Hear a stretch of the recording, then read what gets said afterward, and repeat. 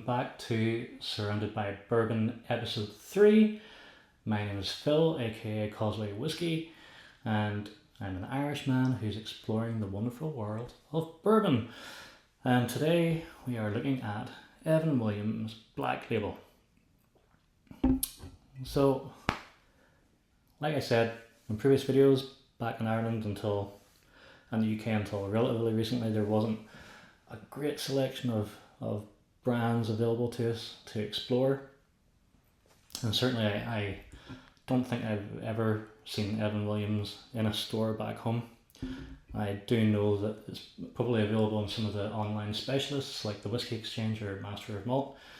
And I'm also pretty convinced that this will be a bit more expensive than what I paid here, which was only $16. So yeah, I just thought, while we're kind of going for those entry level bourbons, that this was one that caught my eye, partially because of the bottle and also how similar it is to Jack Daniel's. So a little bit about that first. I mean, this is quite prominent on the label that this is Kentucky's first distillery. It opened on the banks of the Ohio River in 1783. And it's actually named after a Welsh man who settled in the Virginia frontiers and established the distillery back then. Now, this particular bottle was launched in 1957 as a 7-year-old. It was also 45% ABV or 90 proof. So it's a little different now because it now has no age statement. It's also 43% ABV, 86 proof.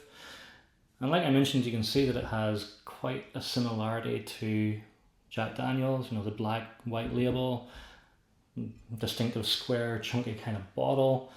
And apparently during the 50s and 60s that was no accident. People could see how popular the Jack Daniel's brand was, and I suppose imitation is the sincerest form of flattery. So, even on the labels, we talks about the sour mash being used. It also talks about it's being charcoal filtered for more complex flavour. So there's a few nods to the type of language that we see on the Jack Daniel's bottles as well. This is now owned actually by Heaven Hill, and it is one of their flagship brands. So this uses Heaven Hill's standard bourbon mash bill, which is 78% corn, 12% malted barley, and 10% rye.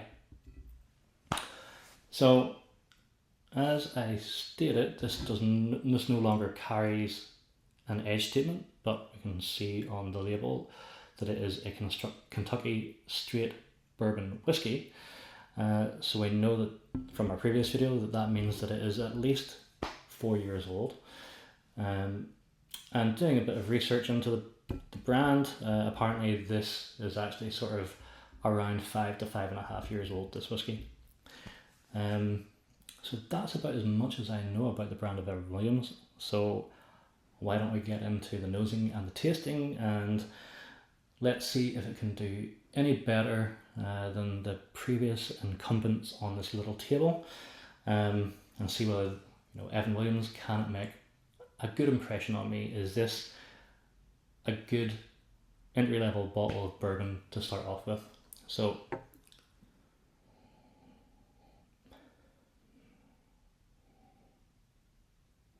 again, on the nose, it's not making a huge punch or impact. Maybe that's a good thing, I don't know. There's definitely some brown sugar going on, a bit of cherry menthol, some cinnamon and anise, and definitely a hint of cask char there as well.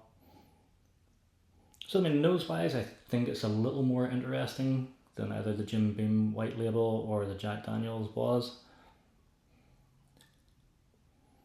But again, seems a little simple.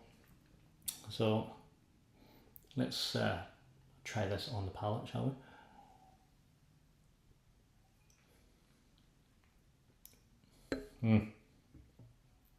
Okay. So the first thing is,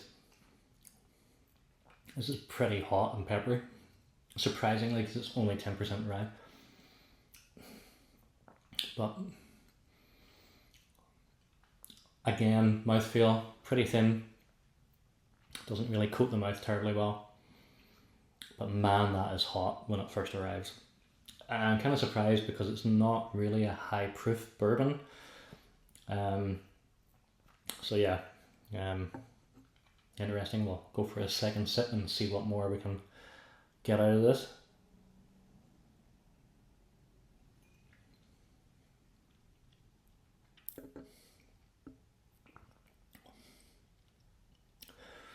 Okay, so definitely like a bit of crushed chili flake going on. It's really tannic, like really tannic, like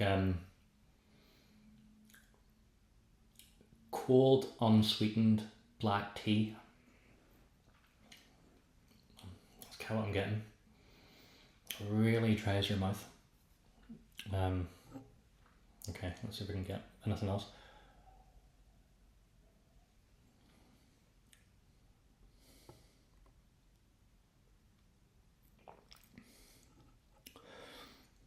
I mean, there is a little caramel sweetness, but man, it's just that aggressive, assertive chili heat.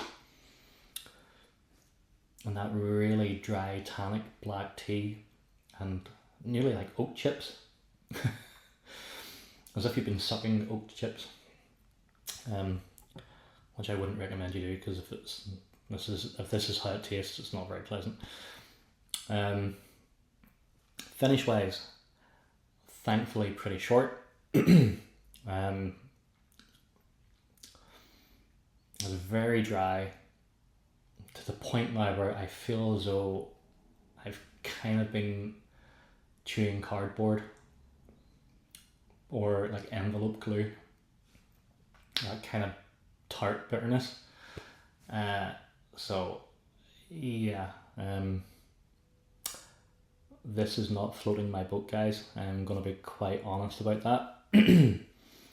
So how am I going to score this? Well, yes, it is cheap, although it is $3 more expensive than Jim Beam, so $16. Like the nose is definitely better than the palate. So in that sense, it's a little unbalanced. Man, like the finish is just so short, thankfully. But I just can't get past that kind of aggressive heat either, and then that sort of sour glue kind of thing going on. So if I'm going to score this out of 10, I think I'm going to give this a 2 out of 10, because it's not actually even on a par with the Jim Beam White Label. This is definitely a whiskey that I wouldn't recommend or will be buying again. As you can see from giving it that kind of score, I just don't find that pleasant even to drink, to be honest. So yeah, sorry about that, Evan Williams. I do know that there are other Evan Williams expressions, and I will be keen to try them, because I don't think they could be quite as bad as that. So yeah, there you go, that's my thoughts on Evan Williams. Until the next time, thank you very much for watching. Obviously, if you don't agree with me or you want to talk about anything, highlight that in the comments section. We'll have a discussion. We'll chew the fat over that. Again, maybe highlight in the comment sections maybe other bourbons you'd like me to review, or other bourbons within the Evan Williams category that I should definitely try. So yeah, anyway, thanks for watching, guys. Until the next time, I've been Phil, Causeway Whiskey. Sláinte and enjoy your evening.